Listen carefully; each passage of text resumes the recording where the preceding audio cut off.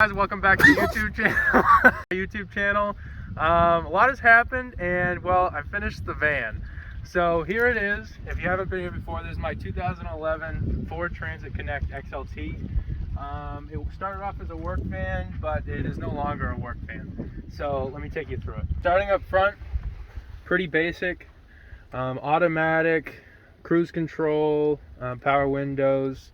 Right now I have a Bluetooth transmitter in the middle for Bluetooth radio, but not too much going up there.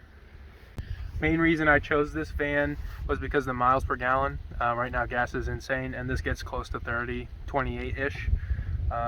One of the big things, going back here, when I was designing this build, was I'm a bigger guy. I'm closer to 6'2", and I wanted to make sure that I could drive comfortably for all the miles. So I designed this so I was able to fully recline my chair in the front.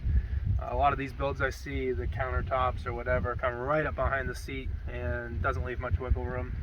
Obviously we have our couch up in here. This is going to be the bed. It kind of turns into a bed. Just a little trash can on the wall we found or on the back of the seat that we found really useful. Up here we got a cabinet that holds my bedding, and that's actually just an extension of the stock little shelf that goes there. And then this also holds my curtain rack. You have this box to your right. You got two cup holders up here. Those were a must. We knew that we were going to have drinks back here, and we didn't want them spilling all over the place. Then we also have our switches here that control the LED lights above, and then the second one's not to anything right now. And then these two wall outlets go to my 500 watt inverter in here, and those are just on the outside for easy access. I'm thinking about upgrading to a 1500 watt inverter, just so that I can power, small things, a small vacuum, coffee maker, anything like that. Most appliances are above 1000 watts. So the 500 watt was probably a little small. So obviously we have this coffee table here, but this is actually my battery box. So let me open this up. This is just on with magnets, so it can be completely removed. And then in here, I don't know how much you'll be able to see, but we have a 100 amp hour battery, deep cycle RV battery, that's hooked up to a 500 watt inverter that powers those two wall outlets on the front, and that's all charged off the alternator, so that whenever I'm driving it recharges and gets back to full capacity. Right here we have a cigarette port, and then we also have two quick charge USB ports and a voltage meter, which is really nice to have so you know when your battery is getting down low. That battery also powers the LED lights and the TV here as well, and those run off a separate 120 watt inverter, so that they don't use the wall outlet on the outside. Right here we have our cooking station. So this is built on two 500-pound 36-inch slides. Right here I have a Coleman grill and cooktop combo. This is really nice. You can boil water or whatever, but you could also grill, burgers. We've grilled burgers once. Really easy to use. You just hook this up here to the propane, which I store in here. In here, you just have a little storage. I haven't filled it up yet because I haven't used it too much. And then also underneath this countertop, this lifts up, and this is where right now I'm holding all my cooking utensils. So this is just magnetic, and then you just hold the lock, push it in, out of sight, out of mind. Over here we have our sink. Just take this piece of wood, holds up like that. This wasn't my idea, I got it from another YouTuber. I'll link them in the description. And then above here we have our paper towel rack. Right now we don't have any water supply, we just use water bottles, and that's been fine for the cooking that we've done with it. Eventually I want to put a water tank on the roof and get some gravity fed water, or maybe a 12-volt pump. But for now it's been good, washing vegetables and washing your hands and stuff. Now for the bed, it can be used two ways.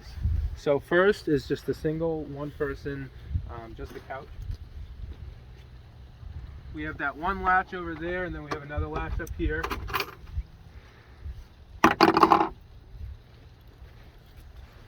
Simply unlatch the bed, and then this all slides out. And there you go. That's your sleeping arrangement. You can pull your sheets and blankets out the top, pull the curtains closed, and you're good to go. You have full access to the this box here. You have cup holders, USB ports, wall plugs.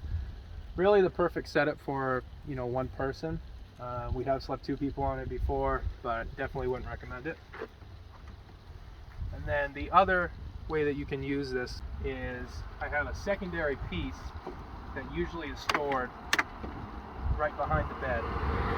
So what you can do is you pull the bed completely up, and then you use this, and you get your full layout. And then I have an extra cushion that goes right on there.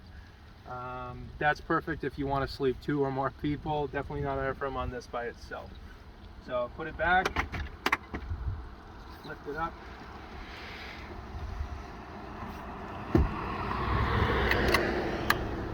latch it up, and then there's one latch that's easily accessible from the driving position. So no need to go up there now. So for insulation, I started off with some Silas sound deadening that also has, you know, an R factor to keep the heat in and the air in the bottom of the van, and then also on the roof. And then in the walls we also have Havelock wool insulation. That definitely wasn't the cheapest option, but it seems to work good. It was really easy to install. You just kind of stuff it in there, and then you enclosed everything with some shiplap. On the ceiling here we have a max air fan, opens and closes, and this is just the induction fan that shoots air out. I've read online and most people say that that's all you need.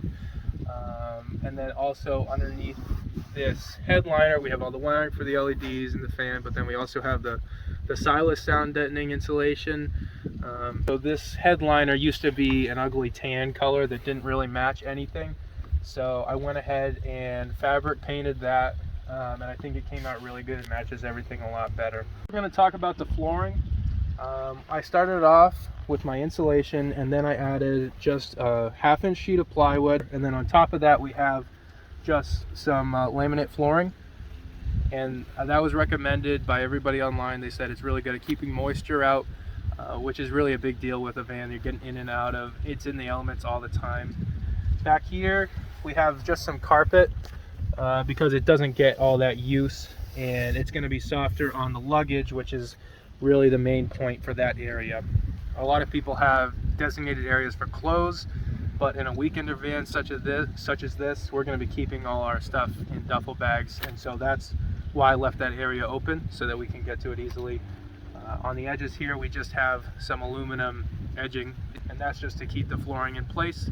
And then in the future I want to put some silicone just waterproofing around the edges, keep that water out for sure, but I haven't done that quite yet. For storage, there's not a whole lot of options because the van is so small. One of the things that we have here is behind the seats. All that space is usable, and then actually this under here is hollow, so you can reach in under there and, you know, store tools or any small things that you just don't need to get to very often.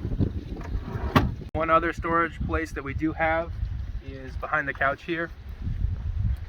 This is a good place for, you know, pillows or anything like that. Usually this has the extra piece that I keep for so that I can make the full extension, but if you're not using that, then that's a good place to store anything you like. So on this back door, doesn't get used a whole lot, but this is just easy access to the back of this, and then whatever you're storing in there you can get to there. And then the last place that you really have some storage is behind this seat. You can see I have, you know, the scissor jack there. I have a little little air compressor. Not too much. Little pocket on the back of the seat for tools, toothbrushes, miscellaneous. Definitely plan on getting a roof rack in the future for any outdoors equipment, and maybe even a tow hitch so I can bring some bicycles with me. But for now, this is just about everything I need. On the exterior, I really haven't done too much. I added some winter tires. The ones that were on here were summer tires and really just wouldn't go anywhere even in rain. I am a little nervous for the winter because apparently these are pretty bad in snow, but we're going to give it a shot. If I have to throw some studded snows on there to get around, then we'll have to do that. So yeah, that's my van. If you have any questions, leave them down in the comments. Obviously, I'm sure I missed some things. And the van's definitely not done. Nothing like this is ever really done. So I'm just going to keep plugging away at it. Like I said, might add an inverter, might add some studded snows, a roof rack, things like that. But for now, I'm really happy with it. Getting about 28 miles per gallon, and it's doing great.